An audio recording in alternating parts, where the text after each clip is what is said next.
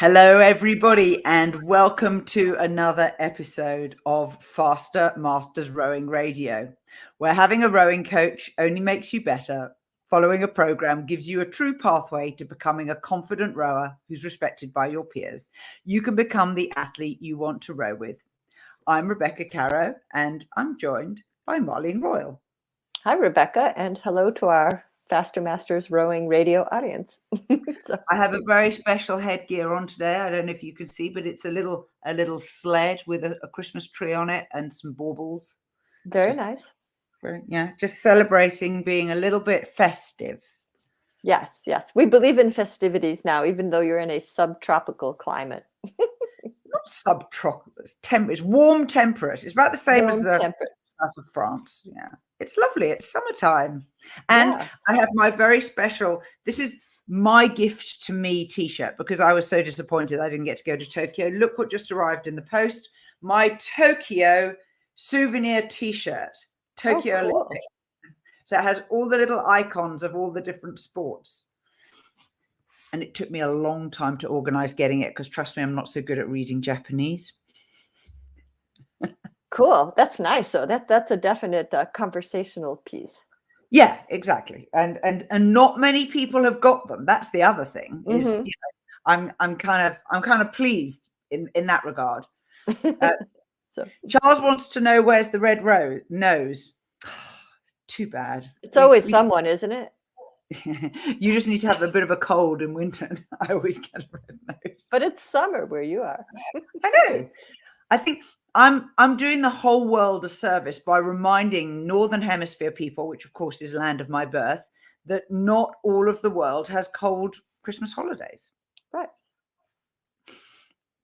Now, we are very grateful to everybody who supported our podcast. As we mentioned last week, there's some gifts have gone in the mail to all of our podcast subscribers. Donations start at $1, and you can donate us monthly at fastmastersrowing.com/podcast. You choose the amount, so you can choose how much you give us, and we're extremely grateful to all of you. You really help defray the costs of running the software and buying the hardware that we are now using. And we're also doing our State of Masters Rowing survey. If you're on our mailing list, you should already have received an email with a link to this. It is our attempt to find out what Masters Rowing is like around the whole world. What are the similarities? What are the differences? What are the challenges people are facing? And it's quite detailed. The questions are mostly multiple choice. So although there are over 30 questions, they're actually very quick to do. But there are plenty of opportunities for you to also tell us what you think. Give a little bit more flavor, detail of actually what it's like rowing where you live. The URL is bit.ly/rowing survey. And we'll be extremely grateful if you could take 10 minutes to go fill that out for us. And in the new year, we will hopefully have the analysis. So you'll be able to learn from others, learn what other people are doing, what things they've found have happened in the past year, past 2 years. Learn about the different types of people who are in our sport and their different backgrounds and their expectations. And we hope that actually that this will be supremely useful for any of our listeners who are in leadership positions in their clubs and groups. We have more live listeners. Thank you very much for joining us 2 days before Christmas. Yeah, wind happens, doesn't it, Rich?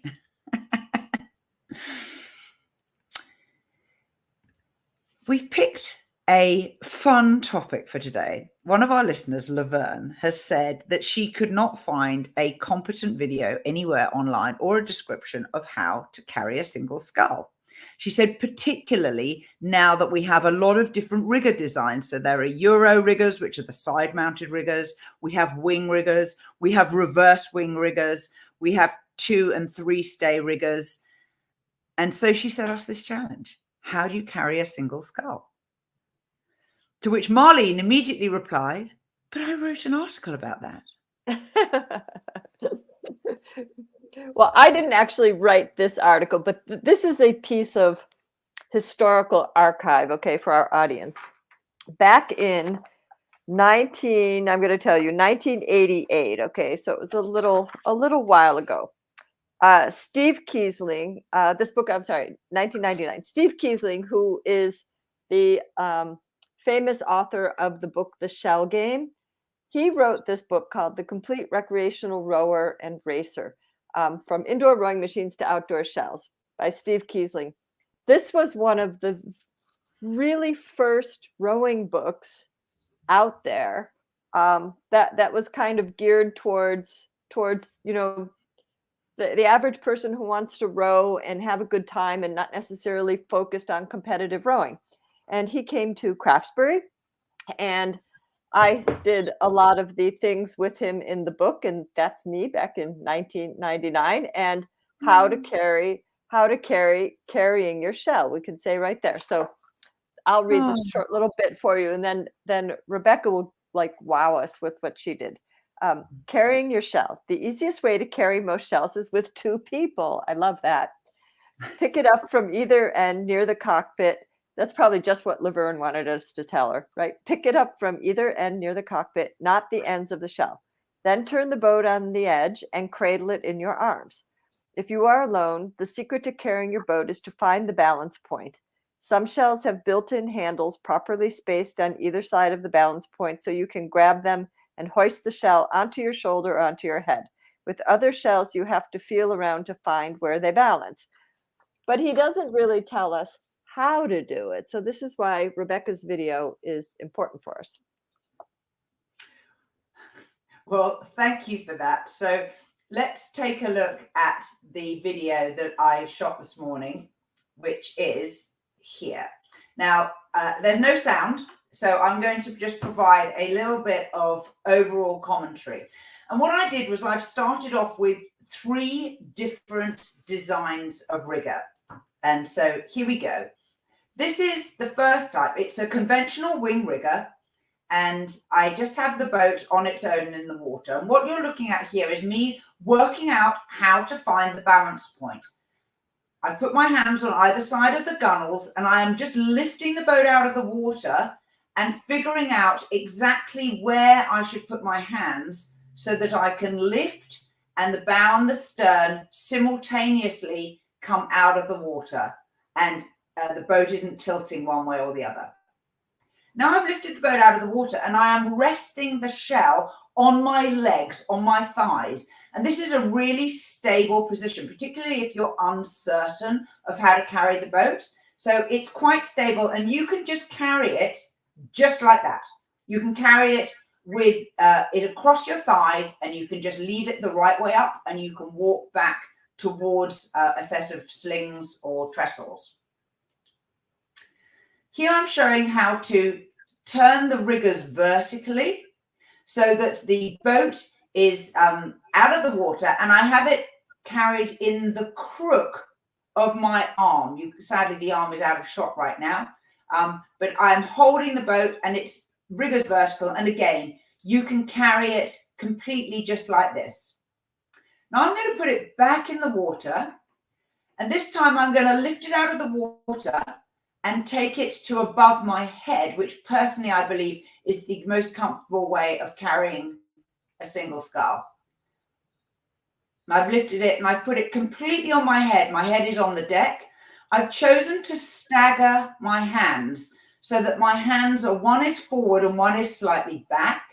And that provides just a little bit of extra stability when you're carrying a single scull on your head.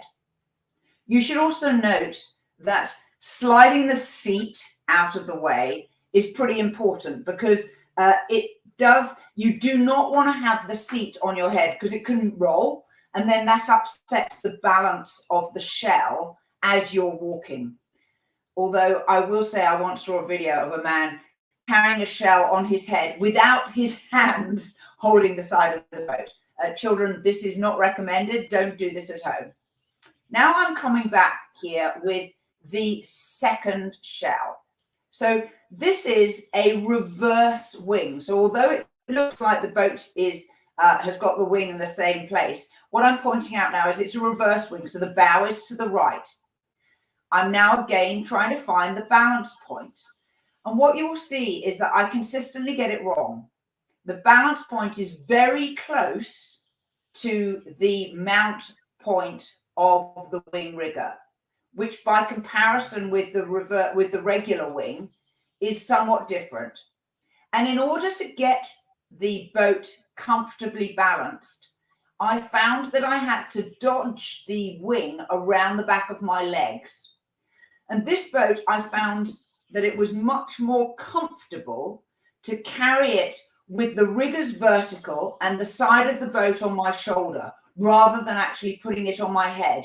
Because the wing is so long and it projects forward of my body across my thigh when the riggers are vertical, I found that actually that provided an additional point of control, that the wing rigger was resting against my thigh as I was walking away with the boat. And now I've come back here with the third boat. Now this is a 3-stay rigger, so it has a front, a middle stay and a back stay. This is the most cumbersome boat to lift up, because to find the balance point is hard, because you can't get close to the side of the shell because the rigger's in the way. And as you see, I try to lift it up 3 times. I try to step one side and then the other side of the rigger. And each time I find it fantastically challenging to actually reach and get that balance point.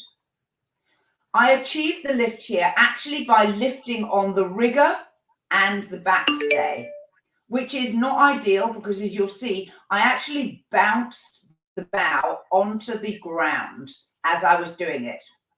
Now, while I'm carrying the boat on my head, I've chosen to hold it on my shoulder. Although I put it on my head so you can see, I think it's much more controllable when it's on your shoulder for a carry of this type of single.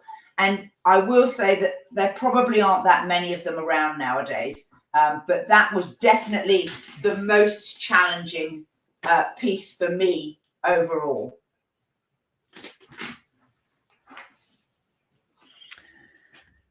So Marlene, what's your recommendations for carrying these pesky single sculls? Well, I think my boat has a wing, but it's a stern mounted wing. It's not a bow wing. So when I pick my boat up, I find the balance point exactly how you showed it on the first boat with the stern mounted wing. And I either put mine right straight up on my head like you did, or if it's a little bit windy, I'll put it on my shoulder like you did with the reverse wing, with the bow mounted wing. I'll put it on my shoulder. One of the things I like about that is if it is really windy, you can put one hand up here and you can reach down and actually hold the wing rigger. And because it's important that people realize if it's windy, you've got to have your hands in 2 different places so that you can steer the boat. One of the scariest things that ever happened to me with a boat in the wind, I had my first single, and it had a regular like triangular rigger. This was before the days of wing riggers, but it didn't have a backstay on it. So it was just the part that came out perpendicular, and then the stay towards the stern. And I went down onto the Weld Boathouse dock. It was early December. So it was a little bit cold out, but we were still rowing, and I was holding the boat by the perpendicular part of the rigger that holds your lock. And I walked out of the boat bay, and I was really new to carrying a single. And as I turned, like to face downstream, like I was looking down at Weeks Footbridge, as I turned, a huge gust of wind came behind me, and it took the bow. And I'm holding the 2 stays, right? It took the bow all the way up vertically, and it came all the way over and all the way down in front of me. And I turned, and the bow came crashing down, but I was able to turn and steer it so it hit the water. It hit the water, not the dock. But that was when I learned you don't put your 2 hands in the same place. the more so holding the rigger with two hands in the same place. And fortunately, I mean, it just spun the boat right up right up into the sky.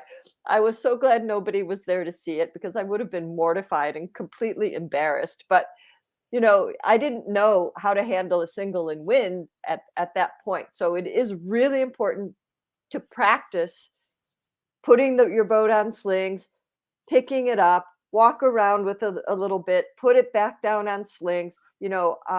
Another little trick is when you have to get your boat into the rack, how you do that also depends on what level your rack is on. So if you have a boat, say you're on a lower rack, then what Rebecca showed first, which is, say you're carrying your boat in on your head or your shoulder. Now you've got to get that boat down and flip it over and change your grip so that you can put it into a lower rack. So the way Rebecca showed, but you can take the boat and put it down on your thighs, like at waist high, and then roll it over and change your hand placement, and then you can put the boat down like in a really low rack, because you're going to have to change your hand position. If you can go into a shoulder rack, you can just walk right in.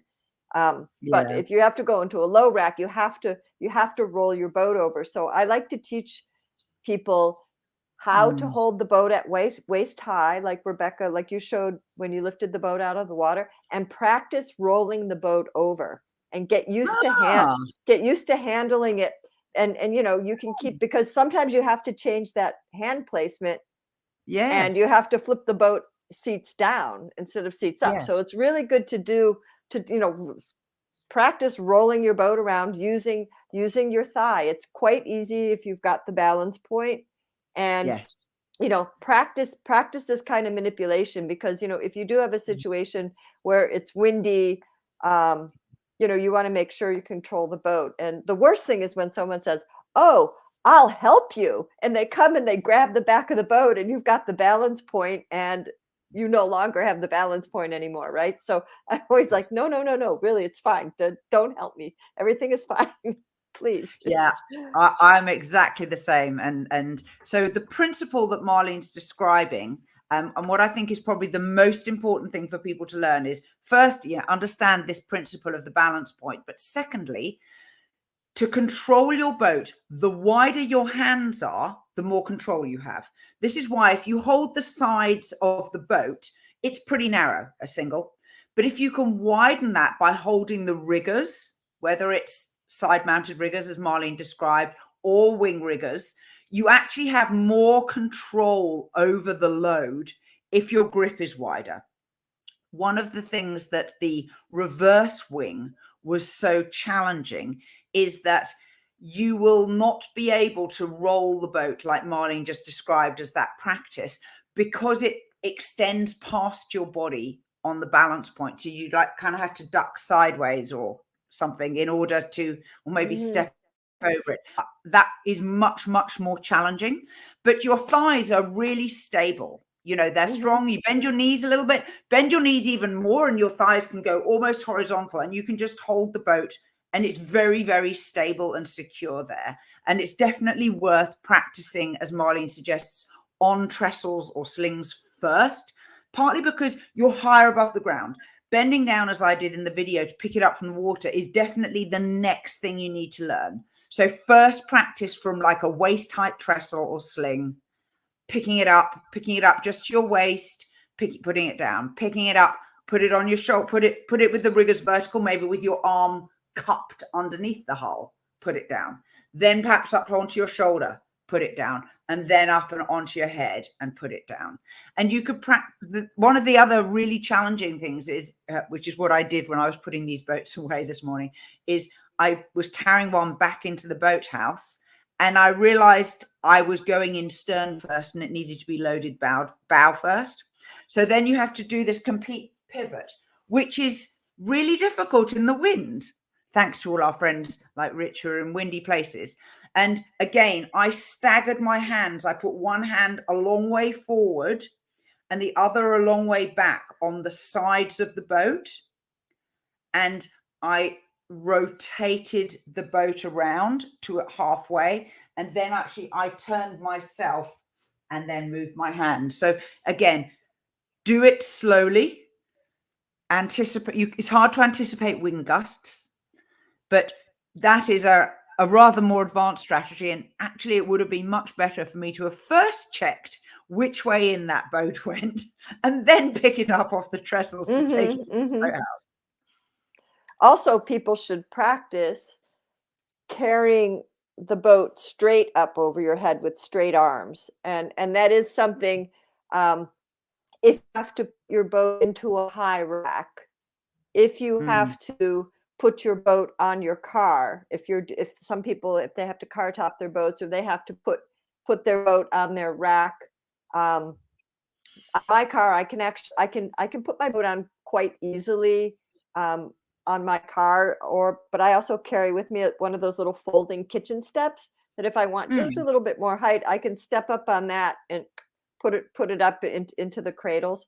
But I think it is important if you don't have enough upper body strength, and this is sometimes an issue in masters crews, that they don't have enough upper body strength to press a boat like a whole crew of 8, or with your single, you're usually going to carry each person about 30 pounds.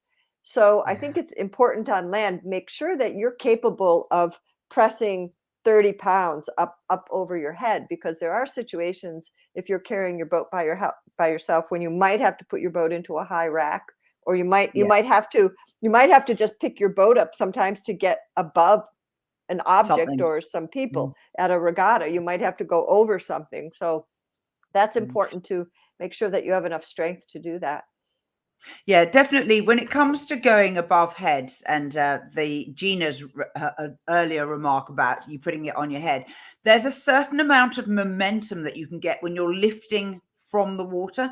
As you first start lifting, you're lifting vertically, and then of course your arms flip over. And actually, if you lock your elbows out straight, you can carry a lot more weight than if your arms are bent. So if you know that you are personally lacking in upper body strength, actually carrying the boat into the boathouse with arms locked out, you may actually find that that's easier. Similarly, getting the boat onto the rack, I find it easier to put one end on and look closely at making sure that I have that end, the end that I'm facing when I walk into the boathouse. In fact, that's my stern, so I put the stern on first, and then I twist over my shoulder and I lift it on to look where the bows are, because we have the racks are only just wider than the width of the shell, and they have canvas loops, so it's not a long horizontal shelf. So actually the target area that I'm aiming for is pretty narrow, and you don't want to miss it. So I do it very carefully in 2 stages. One end on first, pause, turn, look the other way, and then I lift the other end on. Now we have some beautifully humorous people who are clearly already on their holidays. Charles says, at Leander, we get our butler and valet to lift, wax and dry the boat while we go for a Pimm's in the bar. Perfect. Right. But in the real world, he says, your advice is totally invaluable. Thank you, Charles. Yes, he saved himself there. Thank God. I mean, I take it he means the British Leander Club. Is there another Leander Club? In Hamilton, Ontario, there is. Oh, so he might be from Hamilton, Ontario. I think if Charles has a butler and a valet, I think he's probably at Leander and Henley. We did an outing this morning with 2 boys whose parents row in our group. And because it's the school holidays, they said, could the lads come out with the 8? So we had stern pair of these 2 schoolboys. And when we come off the water afterwards, one of the dads was saying, I was trying to find a good cheap place where I could buy my son a rowing blazer. And I said, well, you don't want a cheap blazer, trust me, because they look horrible if they're not well cut. And he was saying, yeah. And so I said to the boys, now, if you went to these very smart schools in the UK, like Abingdon or St. Paul's, not St. Paul's, Westminster School, you would be wearing bright pink blazers. And they both, you could see them looking going, I'm a man. I wouldn't be seen dead wearing a pink blazer. And then I should also have, of course, mentioned Leander. But in fact, Leander don't wear pink blazers. I think they wear navy blazers with pink trim. But someone will probably set me right on that. Yeah. It'll just take a few minutes. We'll keep an eye on the chat here. So I kind of feel rowing blazers are an item of clothing where all of the normal rules about, more somber colors for men than women, they just all go straight out the window. People don't care. They actually are really happy to wear very brightly colored pieces. Right. It's like wearing Madras pants, right? Or something Nantucket Reds or something, something like that. Yeah, I mean, there is a nice thing about the pride of it, but also, let's face it, there are very few rowing clubs that have a single color, and too many of them have navy blue and white, or light blue. Exactly. The ugly sweater contest they have at Christmas time. Well, Christmas sweaters, yes, I know about Christmas sweaters. But in Canada, there's this tradition of like ugly Christmas sweaters. So like people have parties where they find the most tacky possible Christmas sweater that they can possibly find, and they all wear it to, a cocktail party because everything is connected to cocktails. In the UK, Christmas sweaters, if you're not aware of this, do just go and do a search online, an image search for a British Christmas sweater. And some of them are spectacular and hideous.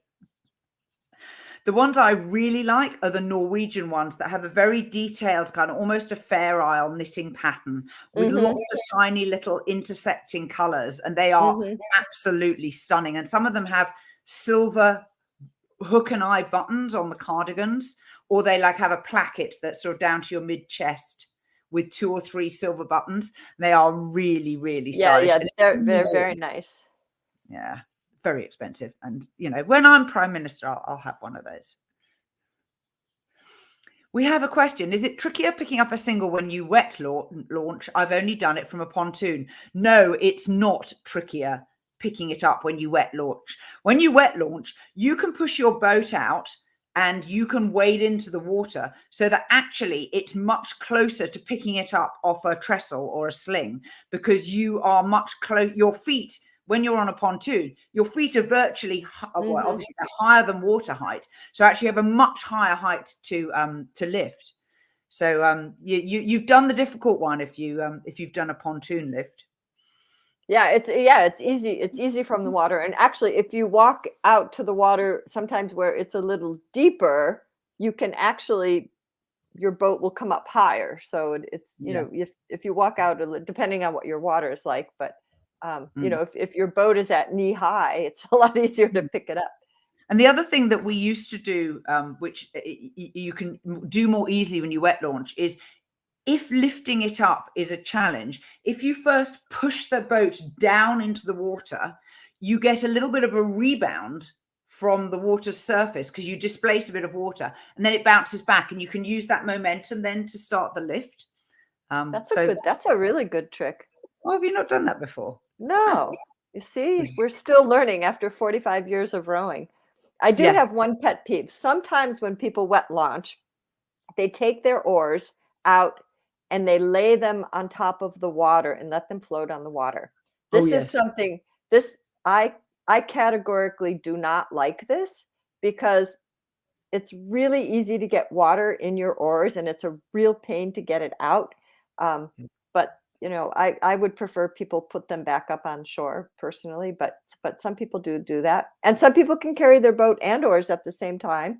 When you get really good at it, you can, and it's quiet, you can hold your boat with one arm and you can carry your oars with the other one. And that definitely, I do it on the top of my head. I do it on top of my head. Yeah. And then I often do hold the wing, because again, you have a little bit more control. Yeah. Yeah. You're absolutely right about water getting inside the oars being a real pain, because some of them have a really tight seal between the adjustable handle and the oar shaft. And you sometimes see water like bubbling along the edge of that seal. So I totally agree with you. Not recommended letting your oars. I know. I mean, it's sort of, easy, but and it depends what type of oars you have. Some oars have the handles that slide in, and there's a lot of surface area. If water gets in there, then it creates like a vacuum, and it's Yes. really hard to get your handles out. So if you have those types of handles, like regularly, make sure you just loosen those little set screws. Don't take them all the way out. Just loosen Mm, them and mm. make sure that you're taking your handles in and out regularly, because otherwise they seize up and it can be very difficult, depending on if that's how you have to adjust them. It depends on the oars you have. Yeah, actually, the difficulty I find comes at the change of season when the air temperature warms up. And I actually have the same problem with the hatch covers on my boat. If you seal them tight, you find that on a day that is cool overnight but warms up, the air pressure changes, and it's then extremely difficult to get them undone. So actually, if Hmm. you look at my video again, you'll see that the hatch covers are just hanging from their strings, because I actually store my boat with the hatch covers open, because I got caught out by that one spring, and there was like the cover under my seat on the deck. I couldn't open it again until the autumn. Huh. Oh, wow. Yeah. No, don't do that. Don't do this, kids. Definitely, you need to undo your hatch covers and know that you can do it. I did have one little thing about, when you were talking about leaving your oars floating. At the weekend, we went and did a very fun race hosted by a local club. And they ran it as a time trial. And then they used that to seed people into 5 boats side-by-side heats. And that was great. But we all knew that after the time trial, we were going to have to come off the water, and then they do the calculations. And then, we'd find out which heat we were in. And a gentleman of my acquaintance, who shall remain nameless, Evan, left his boat on the edge of the pontoon dock. And he had the oars in the gates, and it was just leaning there. And I said to him, Evan, I'm not sure do you want me to get you a trestle so that you could, put something inside the rigger that would, hold it? No, he says, it'll be fine. And I thought, well, don't argue with the man. He's the local. He knows the waters, which, it wasn't a river that I row on regularly. And it happened. Bye-bye. Floated off. And I very nearly suggested he swam for it. But then I decided that was just a bit mean. Oh, dear. How did he get it? Well, fortunately, a school crew from the next club up river was there getting on the water, and their coach was in a coach boat, and he managed to get his boat and sort of nudge it back closer to the shore so they could grab the oar. Yeah. So moral of the story, don't leave a boat unattended, period. That's rule number one. Rule number one, do not leave a boat. And sometimes that happens when somebody goes and puts something on the oars or something. If there's more than one of you there, one person holds the boat, the other person takes the oars, but you should always have somebody who's attending to the boat, because a gust of wind could come and whoop, there goes your boat out into the middle of the lake. And what if you're by yourself? What if you don't have a coach boat? You're going to have to hope, or hope your boat doesn't hit something, and No, you don't want that. Yeah. No, definitely don't want that. So I hope we've convinced you all to now go out and practice lifting your single sculls and managing them. I was going to make one last remark about carrying a single in the wind. When it is windy, it's far better to carry it with the riggers vertical and to carry it low so that the hull is against your chest.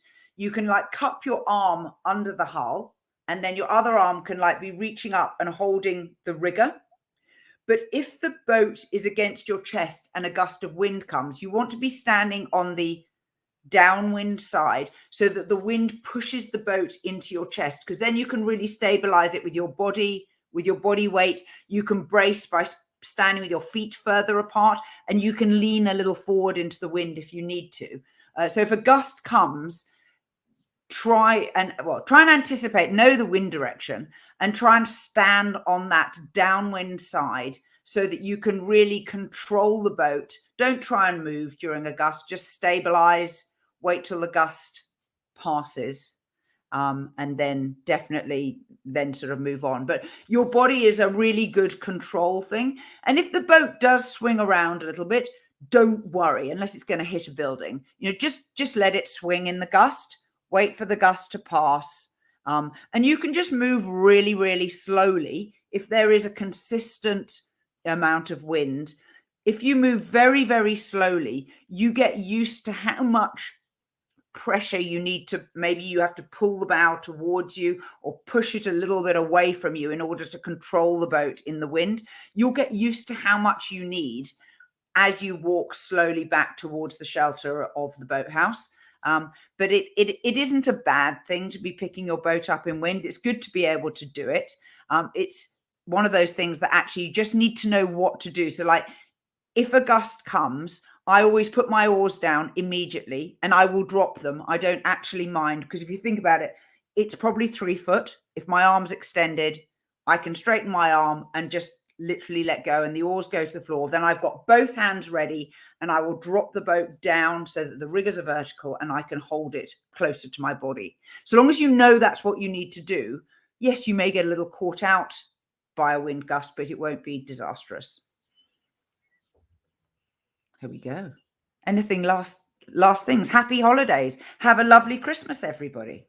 Yes, and we will be away next week, but we will be back on January 6th, European time, early podcast. Yes, absolutely. And we have a whole new schedule for you next year. We've got some really fun things lined up, which is kind of, when you have a little secret and you're bursting to tell, but I mustn't tell because we've got to keep it secret till next year. Right. Have a fantastic break, everybody. Enjoy yourselves. This has been the wrap for Faster Masters Rowing Radio 2021. This is the show dedicated to masters athletes who want fun, fitness, and confidence in their rowing. Become a student of the sport by buying a Faster Masters program subscription today at fastermastersrowing.com/join. And we'll see you next year. Yes. Thank you, everyone. Bye-bye.